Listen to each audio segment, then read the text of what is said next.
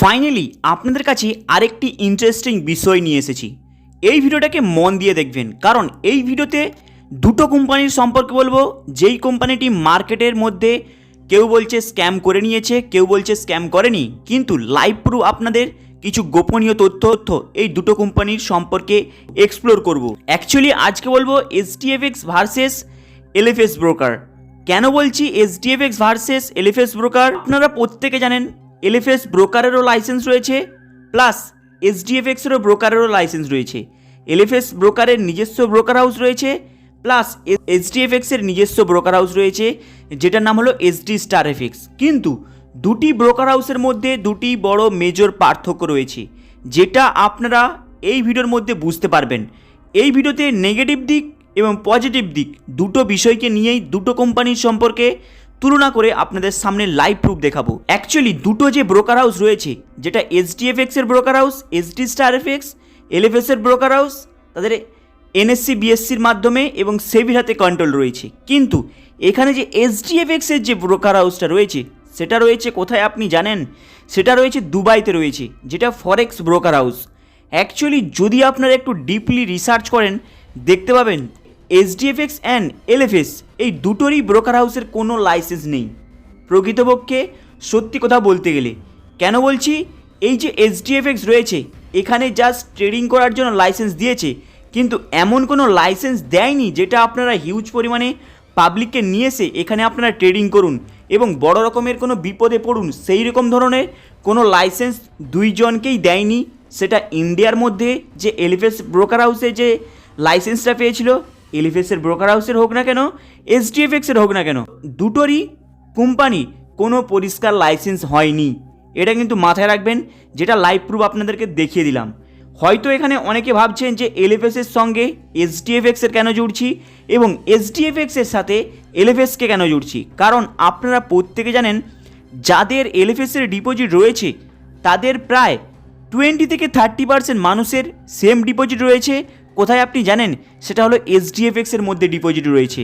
কারণ আপনারা অনেকে জানেন, যারা এলএফএসের মধ্যে ডিপোজিট, তাদের মধ্যে অনেকজন এইচডিএফএক্সের মধ্যে ডিপোজিট রয়েছে।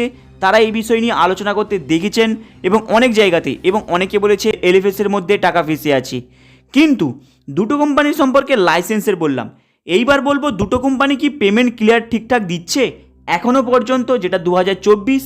দুটো কোম্পানির মধ্যে পেমেন্টের গণ্ডগোল কিন্তু রয়েছে।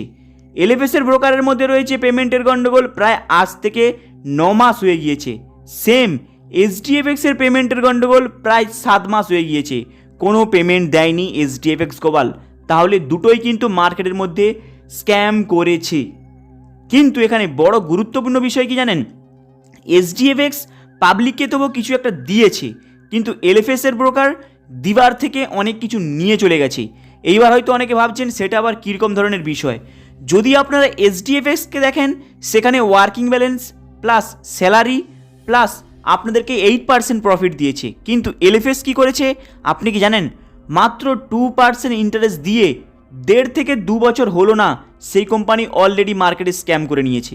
মানে ভেবেছেন, মাত্র 2 বছর রানিং হয়েছে এই এলএফএসের, সেখানে অলরেডি স্ক্যাম করে নিয়েছে। কিন্তু আপনাদেরকে কত পার্সেন্ট ইন্টারেস্ট? মাত্র 2%। মানে আপনি যদি 1 লাখ টাকা রাখেন 2000 টাকা পাবেন। কিন্তু এইচডিএফএক্সের মধ্যে আপনি 1 লাখ টাকা রাখলেন, আপনি পাবেন কত? 8000 টাকা। মানে আপনার 5 মাসে আপনার প্রায় 50% উঠে যাচ্ছে। কিন্তু এলএফএসের মধ্যে আপনার কিন্তু সেই অ্যামাউন্টটাও উঠছে না। তাই এখানে সবথেকে বড় স্ক্যাম করেছে এলএফএস। তারপরে আসবে নাম এইচডিএফএক্স। কারণ এইচডিএফএক্স স্ক্যাম করলেও এখানে অল্প পরিমাণে অ্যামাউন্ট স্ক্যাম করেছে, কিন্তু এলএফএসের পুরো টাকাটা গুছিয়ে নিয়েছে। এইবার আমরা কম্পেয়ার করব দুটো কোম্পানির মধ্যে সবথেকে ডেঞ্জারাসটা কোনটি। অ্যাকচুয়ালি যদি ডেঞ্জারাসে বলতে যদি চান, তাহলে এখানে এলএফএসের নামটা প্রথমে উঠে আসবে। কারণ যদি আপনারা দেখেন এলএফএসের ব্রোকার হাউস কার আন্ডারে? সেবি এনএসসি বিএসসির মাধ্যমে ট্রেডিং করে আপনাদেরকে ইন্টারেস্টটা দেবে। কিন্তু এখানে এইচডিএফএক্স প্রথমে অক্টাএফএক্সে ট্রেডিং করে আপনাদেরকে ইন্টারেস্টটা দিত, কিন্তু এখন সেটা ওদের নিজস্ব ব্রোকার হাউসে কিছুটা টেনেছে, কিছুটা ওদের আলাদা কোনো ফরেক্স এক্সচেঞ্জে টেনে সেখানে ট্রেডিং করে আপনাদেরকে হিউজ অ্যামাউন্টটা দিত। এর ফলে এদের কাছে অ্যামাউন্টের পার্সেন্টেজটা এবং গোপনীয়ভাবে রাখাটার পার্সেন্টেজটা কিছুটা কম, কিন্তু এলএফএসের ব্রোকারের কাছে এদের পার্সেন্টেজটা অনেকটাই বেশি। কারণ এরা আপনাদেরকে অল্প পরিমাণে ইন্টারেস্ট দিচ্ছে মানে এদের কাছে একটা হিউজ পরিমাণে অ্যামাউন্ট রয়ে যাচ্ছে।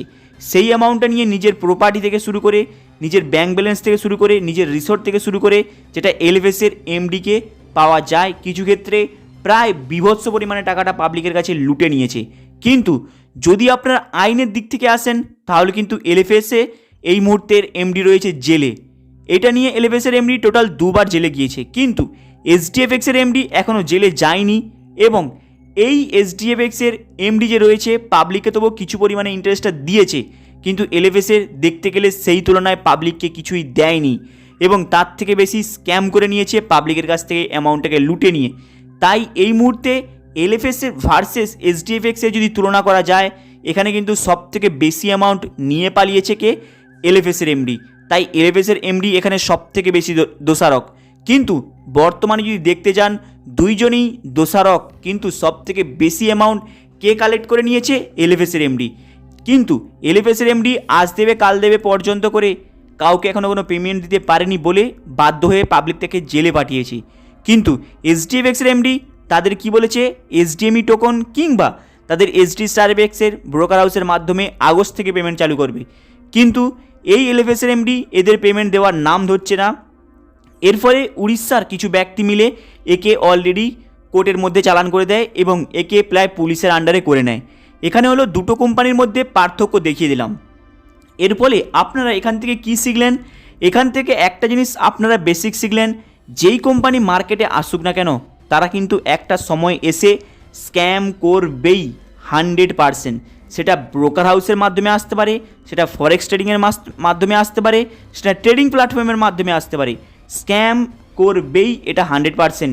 কেউ আপনাদেরকে কোনো কোম্পানি জনসেবা করতে আসছে না, এটা আপনারা মাথায় রাখবেন। এর ফলে এখান থেকে আপনারা একটি ভালো নলেজ পেলেন। কিন্তু মাথায় রাখবেন দুটোই কোম্পানির কিন্তু পলিসি পাবলিককে সেবা করা, কিন্তু একটা সময় এসে তারা অ্যামাউন্ট লুটবেই। তাই এখানে সাধারণ পাবলিক অনবরত ফাঁসবে, এরপরে আরও অনবরত কোম্পানি আসবে, সেম অনবরত ফাঁসবে। হাই গাইস, আপনাদের কাছে এই বিষয়টি পুরোপুরি এক্সপ্লোর করে দিলাম।